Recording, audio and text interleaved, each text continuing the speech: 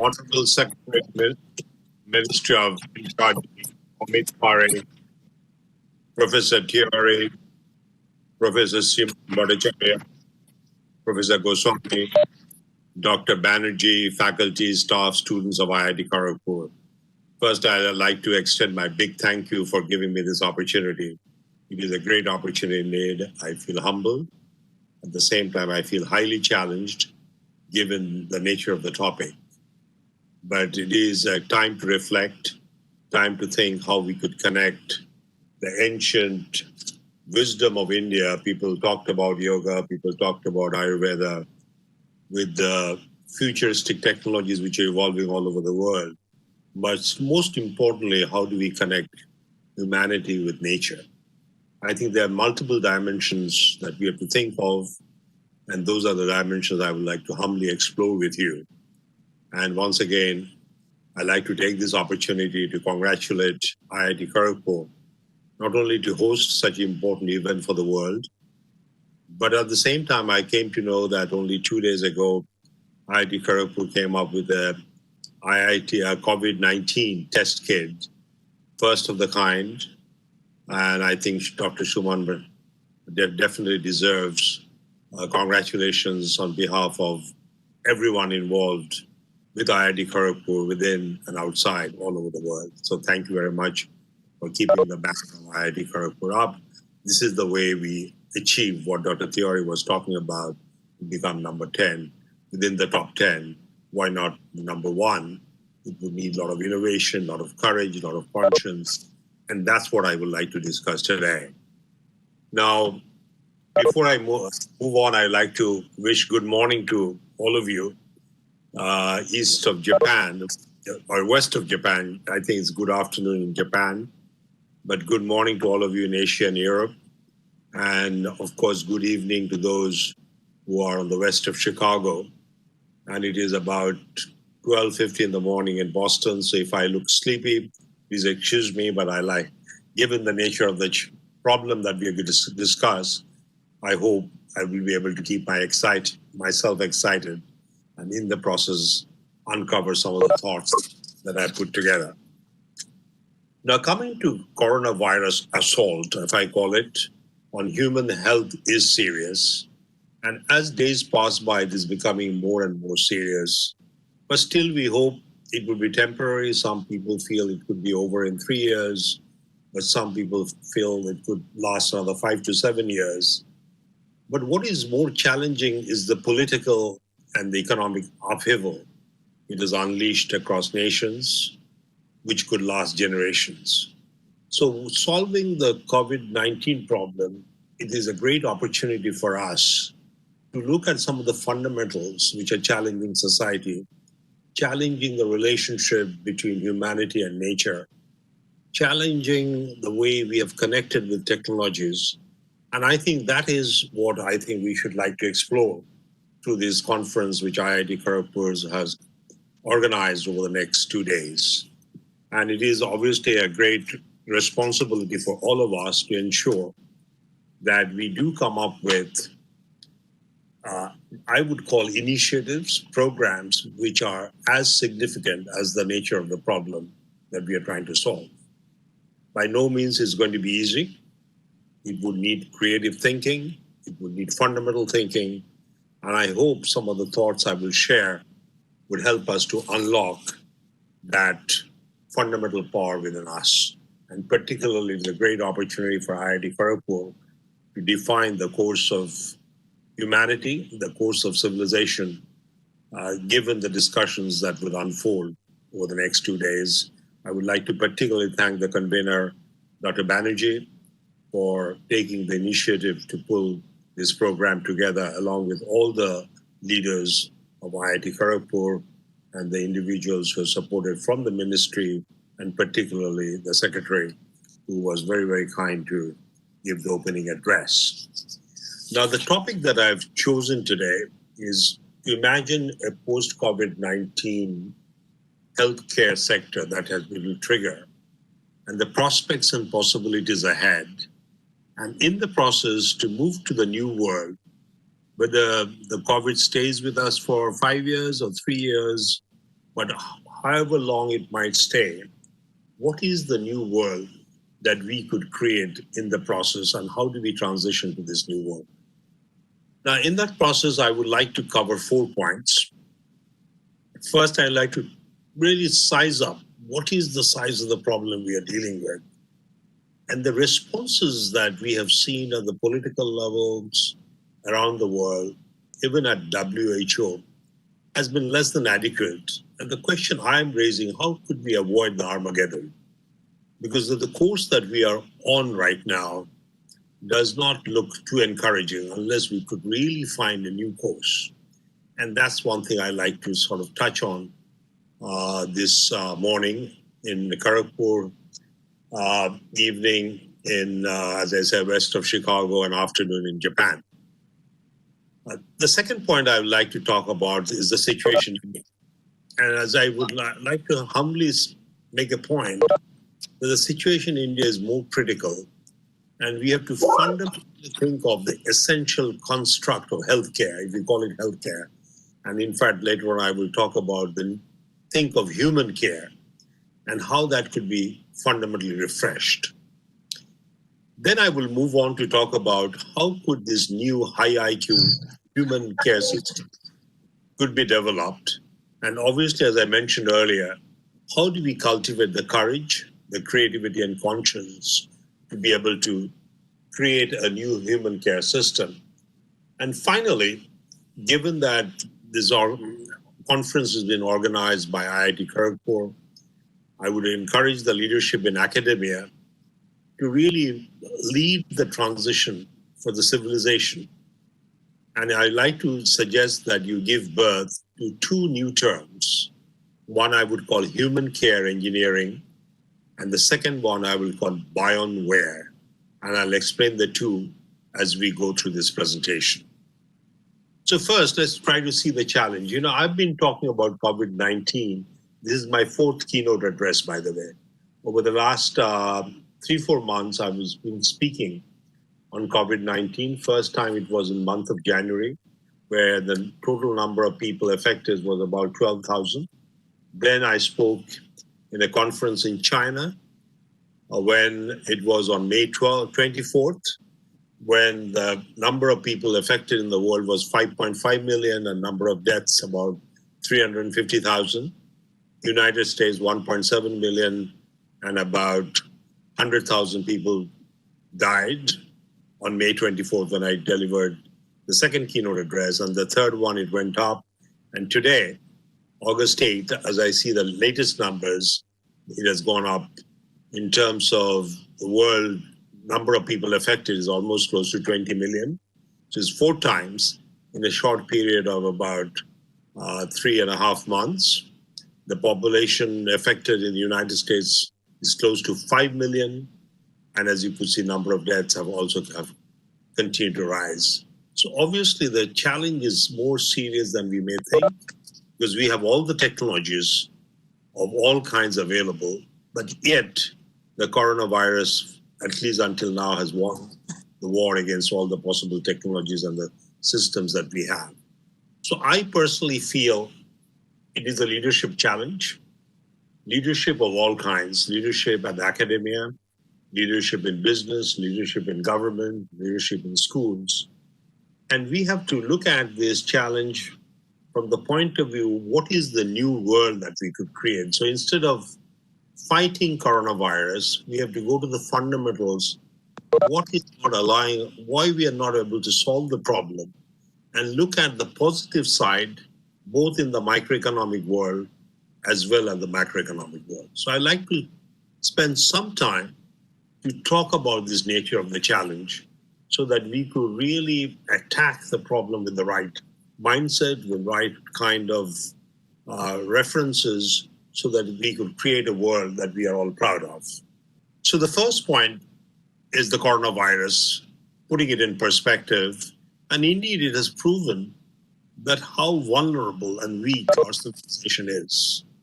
While the last 500 years has been a technological bonanza, but yet when we face such problems, it seems like we are extremely feeble, extremely weak, and highly vulnerable. And in fact, I would like to take a position, if we continue the course that we are pursuing right now, we could really hit the Armageddon. And that's why I like to spend some time how to avoid the Armageddon. Now, this is a very important exhibit. Let me try to explain the x-axis and y-axis. A lot of data points here. I plotted here from 1901 till 2020. On the x-axis, global trade as a percentage of GDP. And why do I plot that? To understand how globally we have gotten connected. So when problems occur in one point of the world, it spreads very rapidly to some other point. Today, the global trade as a percent of GDP is 5 times more than at the beginning of the 20th century. And on the y-axis, you are looking at the population density. Obviously, the population of the world in 1901 was about 1.7 billion. Today is about 7.8 billion. The land mass is actually decreasing thanks to the global warming, but that's minor. But the population density has gone up 5 times. So what does that mean? We are more dense, we are more connected. So any infection occurs anywhere in the world, it spreads very rapidly. In fact, if you look through history, again, I'm going back to 1870 till 2020, what we have plotted here, again, the global trade as a percentage of GDP. Now, if you look at the occurrence of major pandemics, like the Spanish flu occurred, as you know, around 1918. Then the next flu was the Hong Kong flu in about late 1960s, early 70s. But if you look at this period, 2000, the number of pandemics, the frequency at which they have occurred has significantly increased. And obviously, because of the density and the connectivity, they have spread more rapidly and they become more dangerous. So today, the problem that we are facing is of historic in nature. And it also shows, given the frequency of these pandemics increasing more, as you could see in this corner, in the year 2000, this area, only shows that while we have mastered a lot of technologies, but we have remained extremely vulnerable to such attacks of nature. So I want to fundamentally raise the question that are we using the technologies properly to build the right kind of relationship between humanity and nature? And that's where I'm glad that some of you earlier talked about Ayurveda, talked about some of the ancient wisdom that was resident in our country in the foothills of Himalayas. And I think we have to find a way to resurrect as we go deeper into the discussion. Now let's see what's happened. You know, when I look at the number of cases per day, it was almost nothing in January 21st. The first case in the United States appeared on January the 21st. Only one case in Washington, state of Washington. And as you could see, within a period of 3 months, we start seeing the rise. The green line is the United States. Unfortunately, this line is, the orange line here is India, rising very rapidly, catching up with the United States. And the Brazil has gone also quite wild. And you could see the rise of South Africa. All happened literally in 197 days. And the point here is that particularly the United States has failed to provide the kind of leadership. And the reason I'm underscoring that, US has been the hub, the center of all kinds of technologies, be it artificial intelligence, be it genomics, be it biotechnologies, chemical engineering technologies, you name, all the technologies that we need to solve the problems are in the US, but yet we have not been able to contain it and not been able to provide the kind of leadership US has typically offered to the world. Now, what is more important, if you look at this chart, we're looking at GDP per capita on the y-axis and the population of different countries. The width of each bar shows the population. So China, as you could see, occupies a bigger size because of the population. On the right side, you have the rich countries, on the left side, you have the poor countries. But what is interesting is the COVID-19, until about in the early April was largely concentrated in rich countries like Italy, United Kingdom. Of course, it was spreading to Japan. And of course, it started in China, but China really got it under control. But now the COVID is spreading towards more vulnerable population, which is the 65% of the global population, where countries like Brazil, Mexico, South Africa, India, and many other poorer countries in Africa is getting affected. And that's something we have to worry about, because typically the population density on those countries are significantly higher compared to the developed countries. And that's exactly what you're seeing. You see on the left-hand side, typical picture, which you are all familiar with, which are countries like Bangladesh, India, many countries in Africa. That's the lifestyle where they're talking about social distancing or physical distancing is a luxury. It's not understandable. So obviously, and yet people are extremely poor, and at the same time, they cannot afford to stay at home because they literally stay hand to mouth. So to solve this problem in a country like India or Mexico or Bangladesh is significantly more serious. And the good news is, if we take it seriously, we will perhaps develop a solution which the world would look up to. So I'm looking at this unfortunate challenge as an opportunity. We have the mindsets, we have the science, we have IIT Kharagpur, from where we could hopefully manage the new process. But what we should really worry about, the gradient that you see on the left, and that is becoming sharper and sharper, which means we could, if we do not take some quick actions, at the same time work on the long term, we might lose control of the problem, and that could be quite dangerous. Now, when you look at the total number of cases, which is the number of people affected, it has gone up very rapidly. As you could see, that the United States is close to almost 5 million, India is 2 million, Brazil is about 3 million. The problem is expanding, and we are clearly not in control, and which I think is the challenge that we need to quickly come to terms with. Now, when you look at on the other side, there are sweet spots, even in a country like the United Kingdom, which was at the beginning not managing the process very well. It was able to bring down the number of cases, the new cases, quite rapidly. And obviously, when people have to work on some of the discipline aspects of controlling human behavior, how we move around, the problem could be contained, as we have seen in Germany, we have seen that in Korea, China, many of the Eastern Asian countries, and some of the Western European countries. So that's one side of the equation. The second point I like to also highlight, which is extremely important, and if you look at the development of civilization, development of science and technology in the last 60, 70 years, from 1970 to today, it has basically been driven by two very fundamental forces.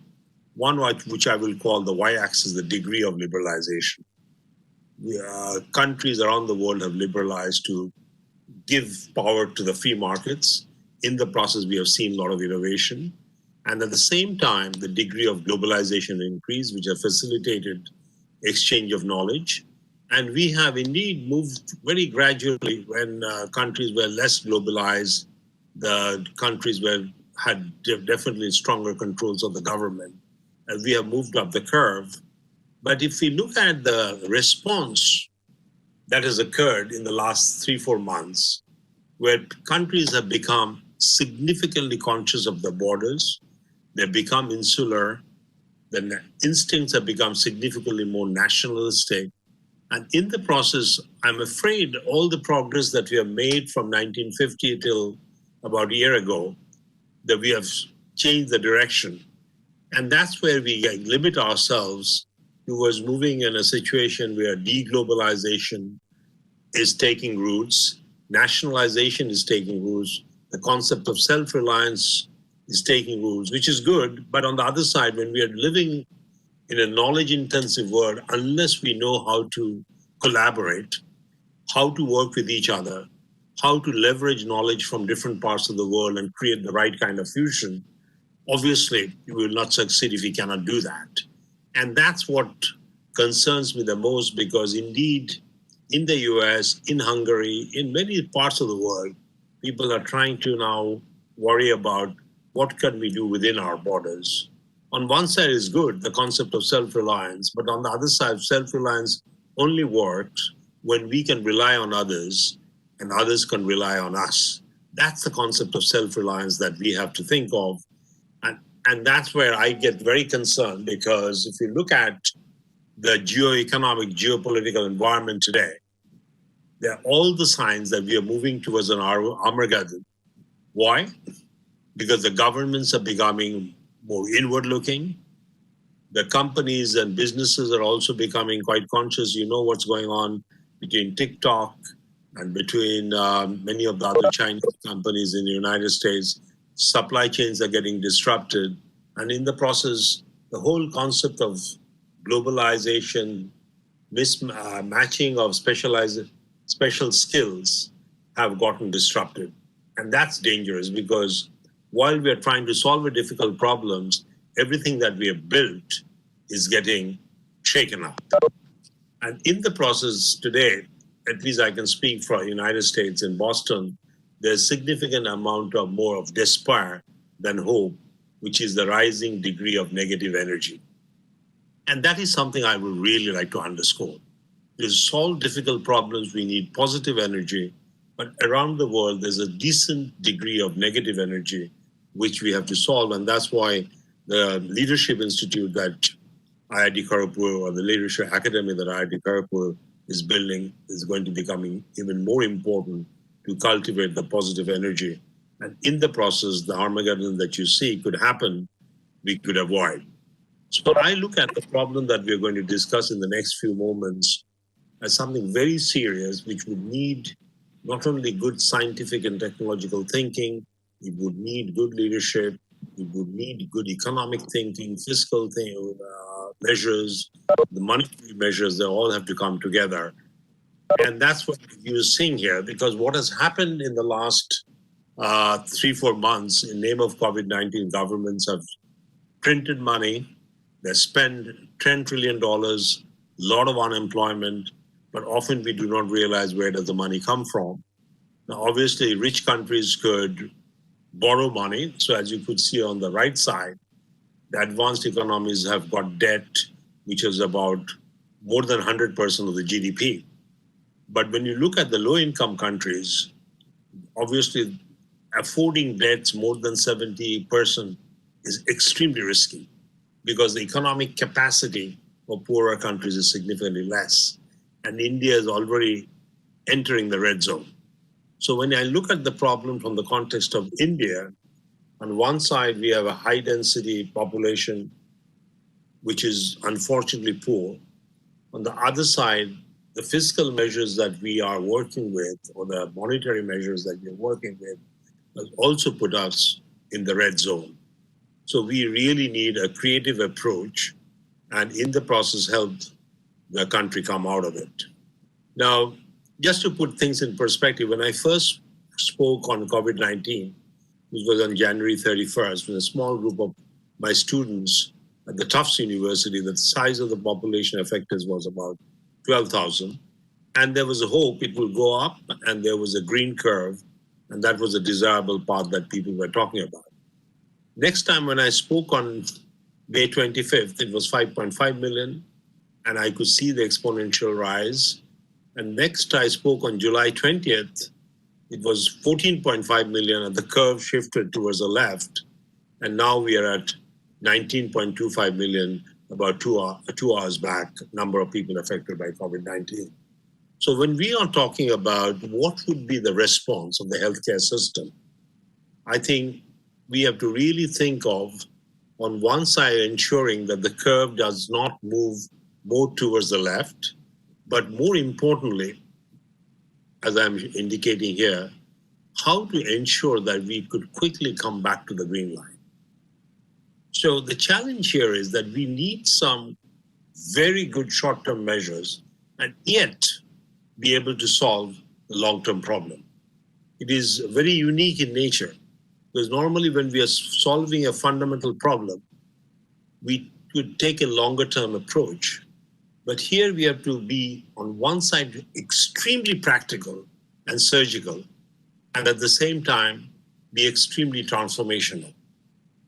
And that's where I think the role of Kharagpur and this conference is extremely important, because we are right now in the middle of a tornado. And if we take the current way of approaching that, the way we are tweaking, there's a myopic approach. We need a new approach, which is, I would call the holistic approach of looking at healthcare, not as healthcare, I would call it human care.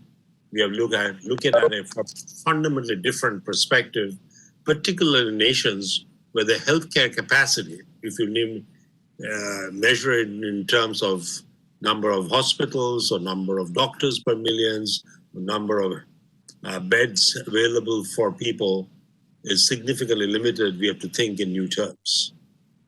And that leads to my second point, which is the situation, as you know, I don't have to talk about it, but I would like to put it in perspective. The situation in India is more fragile and it's significantly more critical. So the essential construct, if I may use the word, of the healthcare system will need to be fundamentally refreshed. If we think that we have to come up with solutions within the current construct, it will be tweaking. We need to fundamentally change course and come up with a new approach. And this is a great time if we look at education, health, science, technology with a holistic perspective, and in the process creating the new movement.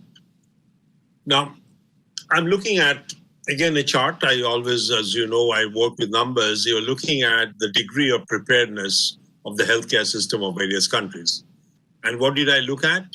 The number of hospital beds on the y-axis per million population, and number of doctors per million population. And as you know where India is indeed in a more vulnerable position.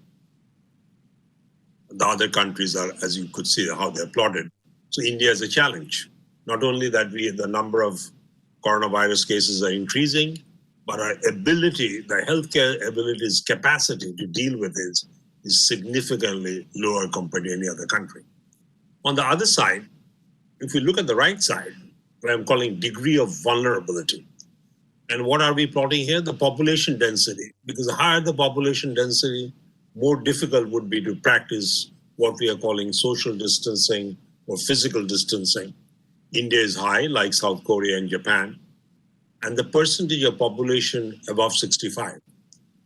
India is low, but still India is in the red zone, because people who have got on the high population density and people and the percentage of population greater than 65, obviously there's no more vulnerable. So now if I combine these two exhibits into one, the left-hand side I'm calling degree of vulnerability, and left-hand side I'm calling the degree of preparedness, and the right side, the degree of vulnerability. I'm collapsing the two axes into one. Now, it would be adequate if we are less vulnerable and degree of preparedness is low is fine. So this line is, I would call the equilibrium line. This area, the gray area, is the surplus, which means we are more prepared than we need to. And this is the vulnerable area. We are less prepared than we need to. So then I plot these, and this is how India looks. So obviously India is lonely, and it is in a very vulnerable region, where the degree of vulnerability is high and the degree of preparedness is low. So obviously the adequacy of the current healthcare system is extremely fragile. Now that doesn't mean that we have to now think of how to increase number of beds or doctors. It means that we have to be significantly more creative.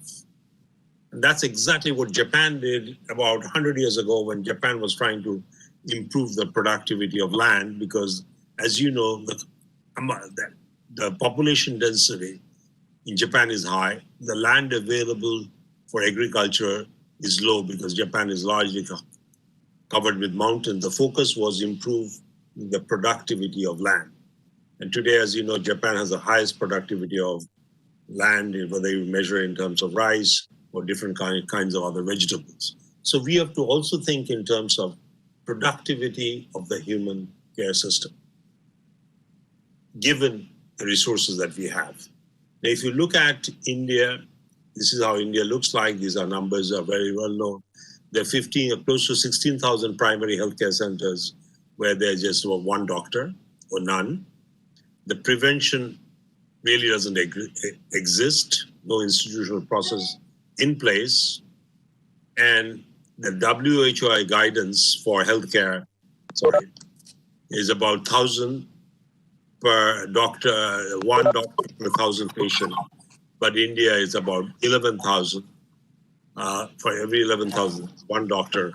And on the right side, most of the countries, most of the states are in the red zone.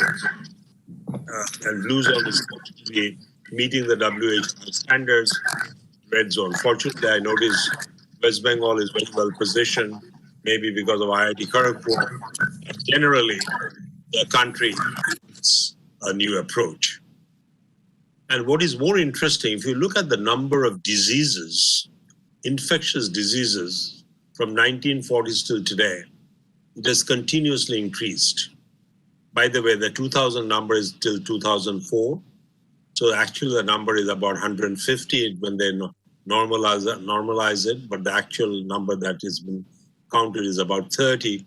But clearly the number of infectious diseases in the world is increasing.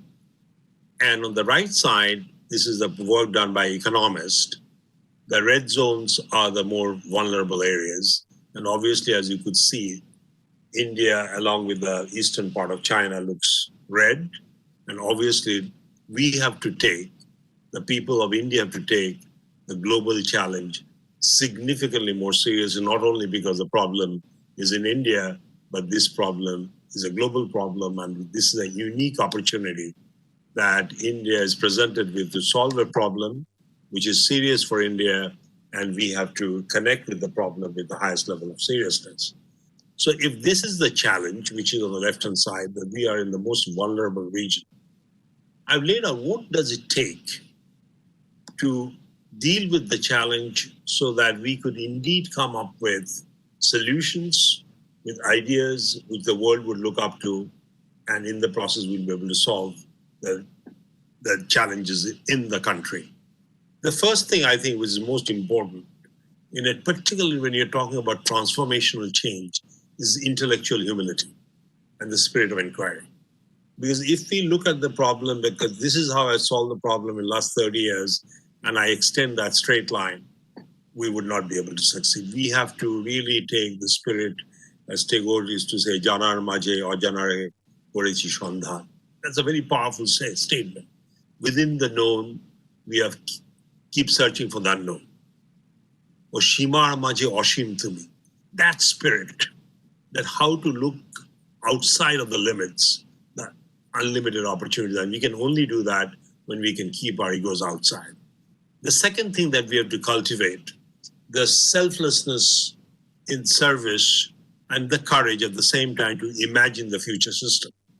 If we think of the future by tweaking the current, I think we will continue to struggle and we will be always behind because the gap is too severe. The third, we need to develop a system which is agile, where we can cultivate new ideas, new habits, so that people can lead a healthy life. We talked about yoga, we talked about Ayurveda, but how come we are not practicing it in every village? We have to think about bringing back some of the ancient wisdom. We have to bring back civic discipline, clean living, which really doesn't need money, but needs certain amount of practices which we do in the right way. And finally, awareness of hygiene in all people. So these are the 5 conditions that we have to satisfy as people interested in healthcare. These are all soft. Next, I'll go into the hard part, which is the science and technology bit. But unless we fix, because to me, healthcare means human care, and human care means how we engage with humanity, how we can help humanity to engage with nature. or engage with each other. So that part has to be a significant part of the future, what I would call the human care system. And depending upon how we deal with it, it will determine the trajectory of the economic recovery. Because we have dropped. And a country like India, which is already poor, it cannot afford to drop too much. On the other side, it cannot open up too quickly, because if you do so, given the nature of the density of our population, the COVID-19 would become even more serious. So it is a double whammy. On one side, we have to deal with economics. On the other side, we have to manage this time of recovery and the trajectory of recovery, this angle. And so the design of the healthcare system would determine how we design the economic recovery. So I think this conference has a very important significance. And Dr. Banerjee and others, I hopefully would bring together thought processes from all over the world, which will not only create the new healthcare system or human care system, but help the economic recovery. Because if the recovery process is such, it connects with the healthcare systems well, then only I think we will see a new world emerging. So that leads to the new framework I'm going to share with you, that the design of the new healthcare system, which is the x-axis, and the economic measures the Prime Minister's office and the central bank is thinking of, they have to be coordinated. We cannot think in isolation. And that's where, again, the role of the Leadership Academy that IIT Kharagpur is working on becomes important. And how do we connect scientific approaches related to healthcare with the economic approaches, particularly when you're dealing with a crisis like coronavirus, so that indeed that we could give birth to new business and economic models. And that would determine what would be the shape of the recovery. I'll not get into the details of this, but I think it's important to understand the response from the healthcare system. If it is quick, if it is transformational, and the government measures are highly targeted and surgical, because state by state, literally by, I would say, province by province, the measures have to be different, because the nature of demography is different, nature of problems people are facing are different, at the same time, nature of healthcare issues they're facing are different.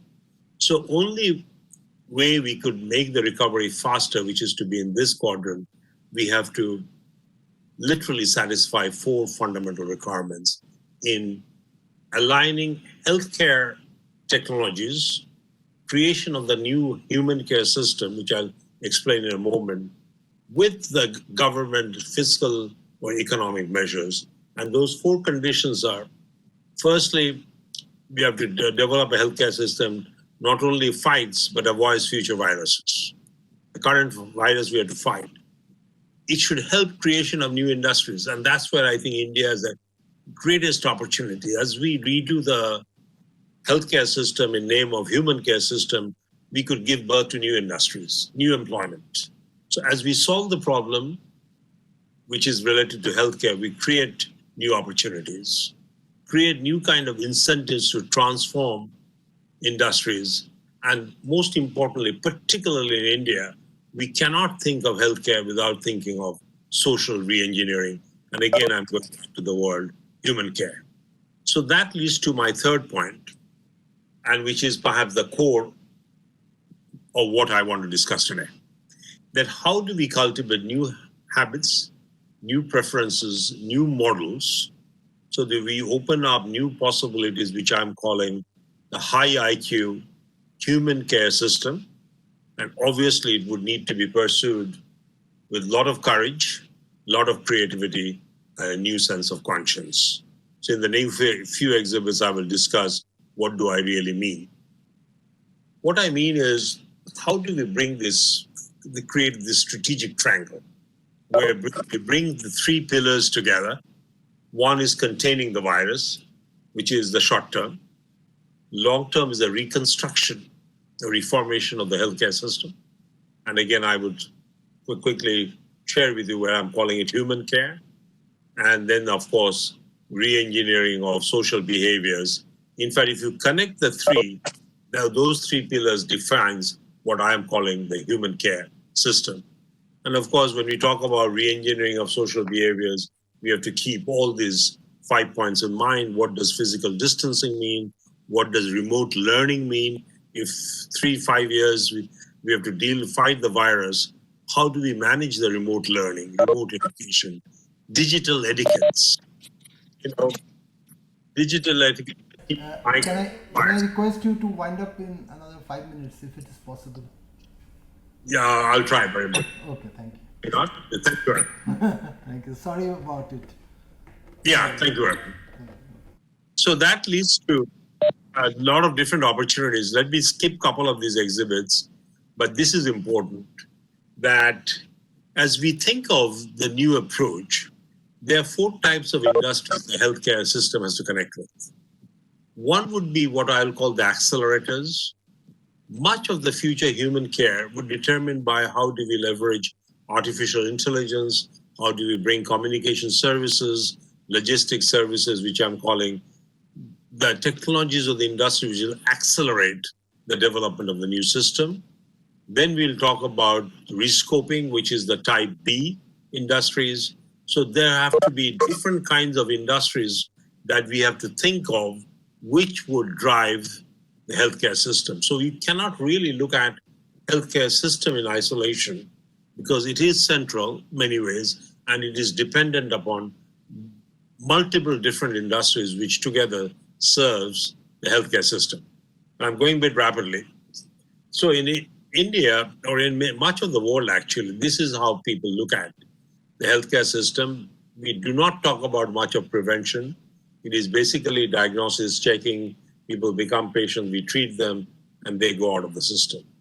What I'm proposing, a new way of looking at the world, which I'm calling the human care system.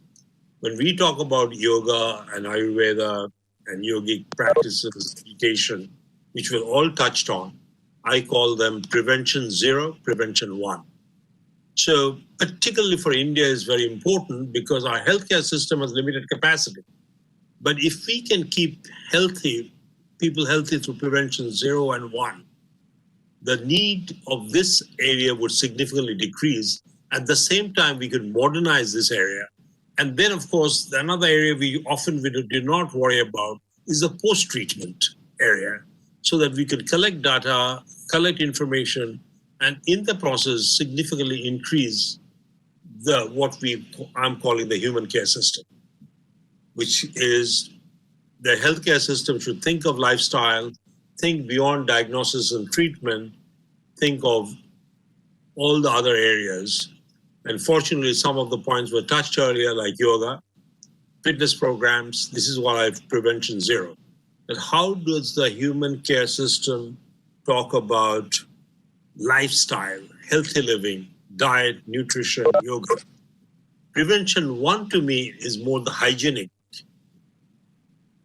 practices, wearables through which we can keep track of people's health, a two-way communication system before people become patient. Then after all, when people become patient, there's also a lot of things we could do differently in terms of diagnosis, treatment, and of course, equally important would be post-treatment. Since I have limited time, this is the picture I see. So on one side, we have to mobilize the conventional healthcare system, which is doctors, medicine, treatments, diagnostics.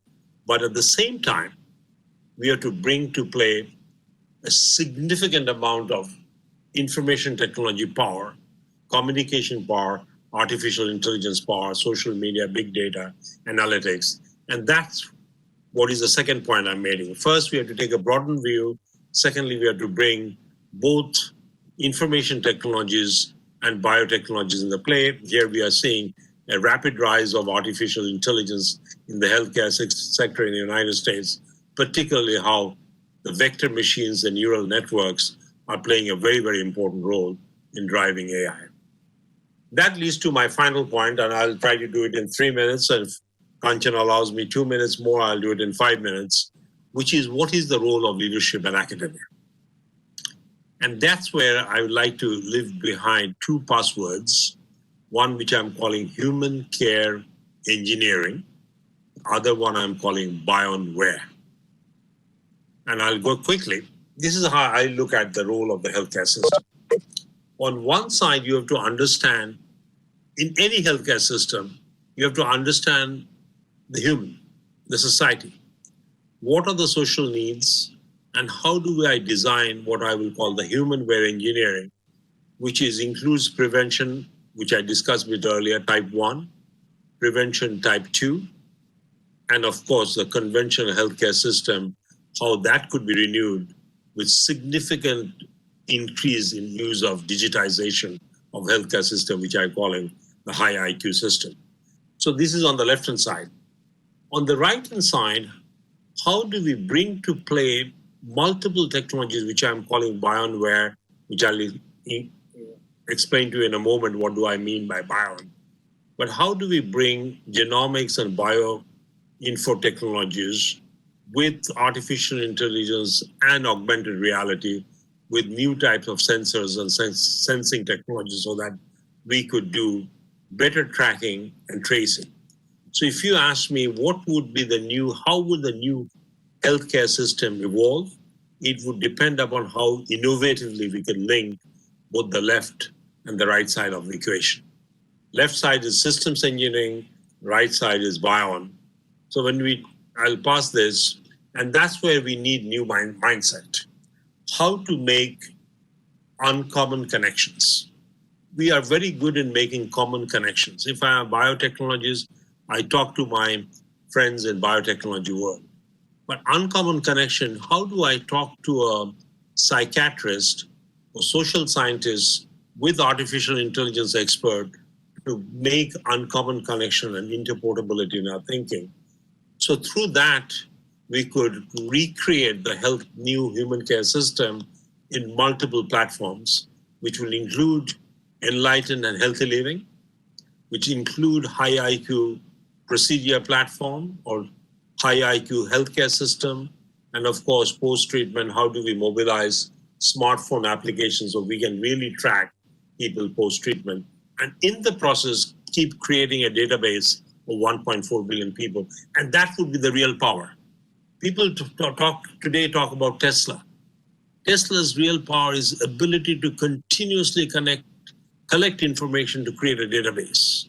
And with 1.4 billion people in the nation with all kinds of problems, how do we create a database through which we could innovate new types of solution? And to do so, we have to learn, and this is where I'm introducing bion. To me, bion is linking biotechnologies, including genomics, bioinformatics, with information technologies, which I would position what we call artificial intelligence, AR, with optical technologies, which use of light, photoconductivity, optical circuits, and of course, nanotechnologies, where we are talking about very, very small injections to sense to delivery mechanism. And that is what I'm calling the bionware. And that is a new kinds of thinking that we have to bring together, where people are learning about these four very different specialties, expertise, to create integrated solution. And that's exactly what is happening when we talk about Moderna. Moderna is, as you know, as a new company based in Boston. They are ahead in designing of the COVID-19 vaccine. But if you really look at the different components of Moderna, we're talking about chemistry, we're talking about information, we're talking about processes, chemistry, different kind of IT, and then different kind of delivery mechanisms, which needs a lot of nanotechnology, material technology, knowledge. So today, if we look at a biopharma company, it is basically a bioware company. So could IIT Kharagpur bring all these technologies? I would not go into details, to bring from automation to advanced materials to genomics to artificial intelligence to create the new world. So in the last 3 slides, I will quickly summarize. So the strategic response to COVID-19 for a premier institute like IIT, as we have the aspiration to become one of the top 10 universities in the world, this is a great opportunity. Only if we could bring these 3, the leadership to me means how to help people think in new dimension, to lead new movements, think out of the box, and hopefully Leadership Academy, which Kanchan is setting up, would do that. Human care engineering, how does we connect with humans in form of systems and the bionware, so that ultimately we could indeed build a new type of relationship between human and nature. That's where the last 500 years technologies have not been able to do justice to nature. It has been an exploitative relationship. The way technologies have developed, we have exploited nature, whether we talk about oil and gas, whether we talk about land, whether we talk about minerals. We have taken it out, we process it, throw it in the landfill. We are creating a lot of more garbage than the landfills could take. We have to switch towards enriching relationship with nature. And that's where I think IIT Kharagpur could give birth to a new movement. It would need multiple transitions. As you could see, I would have spent 1 hour on this one, but maybe next time. But what I'm saying is, in multiple levels, we have to make a fundamental transformational change. Just to highlight few, I think science in last 200 years has been reactive science. We face a problem, we apply the science. We have moved to what I call proactive science or value-focused search. We have to look at new frontiers, again talking about Tagore, Jana Maje Ojana. Ojana, the unexplored area, we have to engage in a proactive fashion. We have to move away from silos initiatives to cross-discipline agile networks. We have to go beyond global conferences to global problem-solving approaches. We have to move from hierarchical, discipline-centric decision-making to entrepreneurial, human-centric decision-making. And that I will just like to give you the key takeaways. Key takeaways for this conference, I believe, is how do we first develop ourselves with a system, a resilient system, which could prepare ourselves to create a new human care system. Second, evidence-backed authority. I think people are making a lot of judgment calls in the United States, as you know, is very common, but it's happening all over the world. How to move towards an evidence-backed authority, and then, of course, significant emphasis on leadership education. So what I would like to do is to end with this exhibit, where the basic message is that as we go to the world, new world, we have to think of how to give birth to a new type of engineering, which I'm calling humanware engineering. New kind of hardware is not hardware, not software, but something we are calling a bionware or a hybridware. And in the process, hopefully we could create a world where the new model will become significantly more human-centered. We will give higher level of expression to leadership qualities. And in the process, what is important for IIT Kharagpur, I'm so glad that it's an international conference. We truly celebrate a spirit of globalization, global problem solving. And that's the way IIT Kharagpur could earn the stature in the top 10 universities of the world, that we solve global problems, but yet we connect with the local issues with highest level of reverence to our people. Our people are struggling. As you know, 1.4 billion people's life is not very easy. We need the new dynamics which must inspire our civilization to define a new trajectory that avoids the likely Armageddon. The question is, do we not want to build the status quo? And I really want to underscore, it would need a fundamental shift in our thinking. And that's where I'm very, very also glad to be part of the Leadership Academy. And that's what we need. With that, I'd like to thank you very much for this great opportunity.